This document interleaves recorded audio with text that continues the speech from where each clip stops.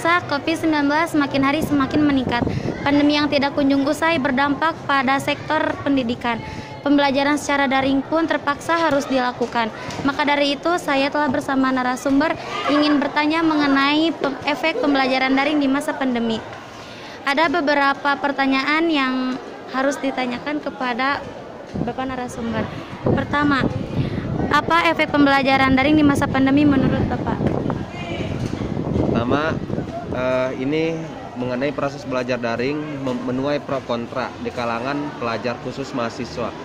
Melihat kondisi di mana kita membiasakan suatu yang tidak biasa itu sangat susah. Namun melihat perjalanan proses belajar mengajar selama pandemi kurang lebih 2 tahun, saya sendiri menilai bahwa efektivitas belajar daring ini tentu ada kekurangan dan kelebihan. Ada sekolah yang mampu menjalankan dan ada sekolah yang tidak mampu menjalankan. Sebenarnya efektivitas daring ini kalau dilihat dari sekolah-sekolah ternama, sekolah-sekolah elit ini sangat bagus. Ini sangat berjalan karena kita berlomba dengan zaman, dengan negara lain dan menyesuaikan pendidikan dengan zaman yang sekarang sangat banyak sekali didukung oleh yang namanya teknologi. Akan tetapi di Indonesia pendidikan dan fasilitas tentang proses belajar mengajar itu tidak merata. Ini terjadi ketimpangan sosial dalam pendidikan sehingga efektivitas belajar daring ini tidak bisa mencapai secara efektif dan efisien. Yang pada akhirnya ini menjadi salah satu manuver bahkan bumerang bagi pemerintah, bagi Menteri Pendidikan, bagi dinas dan bagi guru sendiri. Nah, tentu ini langkah dari pemerintah untuk mengurangi nilai peningkatan dalam virus pandemi. Tapi kalau dikaji dalam segi pendidikan, pandemi ini merusak tataran marwah yang namanya pendidikan atau status siswa-siswi di sekolah. Kenapa? Banyak sekali siswa yang kewalahan. Bukan hanya siswa, guru pun sama dengan teknis belajar daring. Siapa yang kewalahan dan dari aspek iptek ini tentu satu murid yang merasa secara sumber daya manusianya itu mengalami kekurangan atau kemampuan. Kedua, alat untuk mencapai efektivitas belajar daring mereka tidak memenuhinya dan tidak terpenuhi. Dan ini menjadi alasan, landasan kenapa siswa-siswi susah sekali secara efektif dan efisien mengikuti belajar daring secara totalitas. Yang kedua, guru pun sama, banyak sekali guru yang tidak mempunyai alat untuk daring seperti handphone, laptop dan lain sebagainya. Berikut kuota, dan ini berdampak terhadap kurikulum COVID yang sudah dicanangkan oleh pemerintah, yang seharusnya materi-materi yang disampaikan secara universal, tatap muka ini tidak bisa didapatkan secara maksimal. Tentu ini menurut saya ada sedikitnya pelanggaran hak asasi manusia dalam segi pendidikan. Nah, itu mungkin untuk poin yang pertama mengenai efektivitas belajar daring. Baik, poin kedua, menurut Bapak kapan pembelajaran daring ini bisa berakhir? Sebenarnya menurut saya hari ini pun efektivitas belajar secara tatap muka harus dilaksanakan. Kenapa? Karena pandemi ini sebenarnya sampai hari ini tidak secara eksplisit, tidak secara transparan bahwa virus ini mematikan. Tidak ada media yang menjelaskan secara terperinci bagaimana metode virus ini menyebar dan menyebabkan kematian. Kalau kita lihat banyak sekali orang-orang yang meninggal itu di rumah sakit, bukan di tempat-tempat umum seperti di sekolah, seperti di pasar, seperti di mall. Nah, dalam pendidikan ini adalah salah satu penjajahan secara sistematis dan struktur. Saya menilai bahwa COVID ini lebih kepada pandemi bukan pandemi. Ada orang-orang yang bermain di luar sana, kemudian memanfaatkan momentum tersebut, dan ini secara kita tidak sadar penjajahan di atas dunia ini sesuai dengan founding father kita, pernyataan founding father kita Bung Karno harus dihapuskan.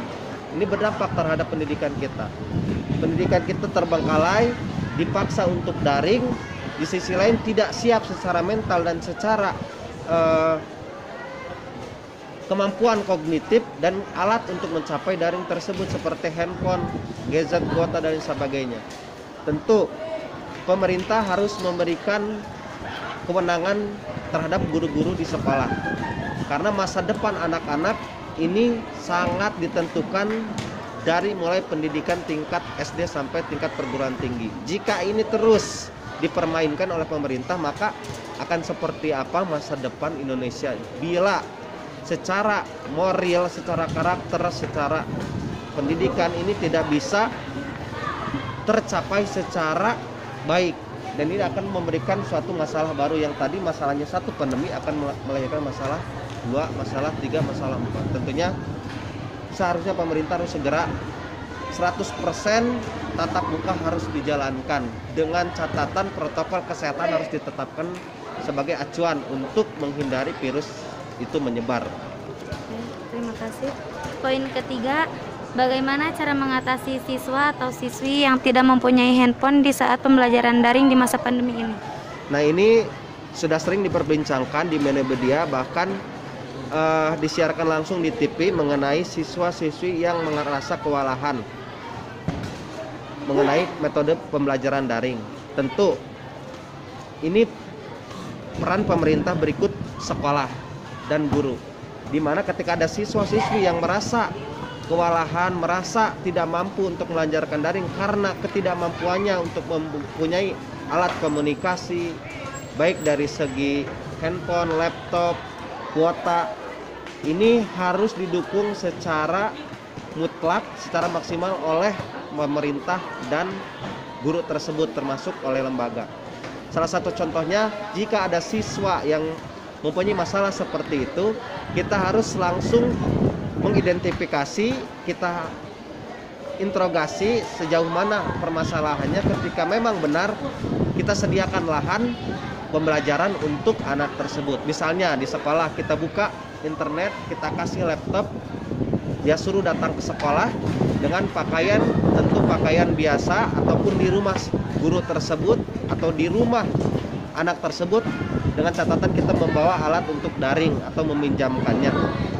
Lebih tepatnya, jika pun ada secara materi, pemerintah harus memberikan bantuan secara totalitas terhadap siswa-siswi untuk mendapatkan proses belajar mengajar. Karena ini pelanggaran hak asasi manusia menurut saya. Nah, itu mungkin untuk poin yang kedua ya, ketiga. Ya, terima kasih.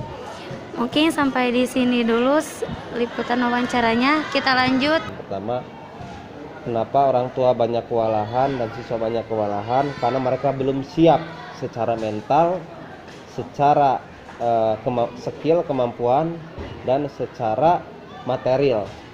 Nah, ini penyebabnya karena sebelum-sebelumnya Indonesia belum mencanangkan metode-metode efektivitas belajar seperti daring, maka ini secara paksa dituntut, mau tidak mau harus mau, siswa dan orang tua harus paham terhadap metode belajar tersebut. Akan tetapi latar belakang yang menjadi hambatan orang tua itu dilatar belakangi oleh pemahaman, oleh kesibukan, oleh tanggung jawab yang lain di luar tanggung jawab pendidikan untuk anaknya, sehingga ini menjadi salah satu efektivitas yang tidak dapat mencapai target. Banyak sekali contoh kasus, bahkan ada yang sampai guru dan orang tua itu sampai berantem konflik berikut dengan anaknya gara-gara guru menuntut tugas sedangkan orang tua tidak bisa memberikan pelayanan yang baik secara material dari segi HP, komunikasi lewat laptop atau lewat Zoom dan sebagainya, karena membutuhkan material juga seperti kuota. Di sisi lain, pendapatan secara ekonomi yang di masa pandemi ini banyak sekali gulung tikar orang-orang yang sedang berwirausaha atau UKM kecil, bahkan banyak yang dirumahkan sehingga berdampak terhadap ekonomi.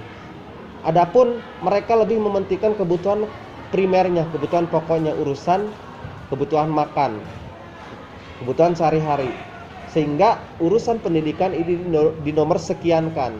Nah, inilah menjadi salah satu penghambat kenapa orang tua merasa kewalahan. Di sisi lain, keilmuannya, orang tua kurang memahami keilmuan dalam segi iptek, karena mereka tidak diajarkan terlebih dahulu, langsung dituntut oleh pemerintah, oleh sekolah secara paksa untuk belajar, mengarahkan anaknya sesuai perintah dari sekolah maupun dari pemerintah dalam membimbing akademik di rumah. Untuk siswa, kenapa mengalami kewalahan? Dari segi mental tentu ini menjadi salah satu ukuran. Mereka biasa tatap muka di sekolah, sehingga dirumahkan ini akan merasa jenuh, kemudian apa yang disampaikan tidak paham, kemudian dari segi materi pun mereka merasa kewalahan, tidak mempunyai salah satu ukuran untuk memenuhi kebutuhan akademiknya dalam konteks daring. Ini juga bisa menyebabkan yang namanya ketidakefektivitasan mengajar untuk siswa, dan itulah latar belakangnya kenapa siswa siswi dan orang tua merasa terhambat, merasa kewalahan untuk metode belajar daring. Kalau dilihat konteks secara sumber daya manusianya kurang dan secara sumber daya materinya kurang. Itu mungkin. Ya, baik. Lanjut poin ke-5. Siapa peran penting dalam pembelajaran daring di masa pandemi menurut Bapak? Menurut saya peran penting dalam pembelajaran proses daring, karena daring ini lebih memfokuskan siswa-siswi belajar di rumah, tentu orang tua. Guru hanya memberikan himbauan mengenai tugas-tugas atau materi-materi yang disampaikan. Dari segi waktu, efektivitas waktu, orang tua yang setiap hari terus mengevaluasi sejauh mana perkembangan anak dalam mengikuti proses belajar daring. Nah, tentu didukung oleh support dari wali kelas atau dari guru-guru tersebut dengan beberapa menanyakan tentang poin-poin sejauh mana kalian menjalankan atau menyelesaikan tugas-tugas atau materi-materi yang disampaikan oleh guru. Kemudian orang tua menjadi konselor pertama dalam proses belajar daring. Mereka yang mengetahui karakter anak secara mutlak, kemudian mengetahui waktu anak, dan mereka bisa memantau secara langsung pembelajaran yang dilakukan di rumah. Untuk itu, dalam segi kognitif, dalam segi ranah keilmuan akademik, tentu peran yang paling penting adalah pertama orang tua, kedua guru. Kalau secara global, untuk memenuhi kebutuhan tersebut, pemerintah harus ikut andil untuk memberikan efektivitas belajar secara maksimal dalam konteks daring. Itu mungkin untuk poin yang kelima menurut analisis saya pribadi juga. Terima kasih kepada narasumber telah memberikan pernyataannya. Semoga COVID-19 ini cepat berakhir dan pembelajaran kembali normal seperti hari biasanya. Sekian sesi wawancara ini, saya Nada Jingga pamit undur diri. Wassalamualaikum warahmatullahi wabarakatuh.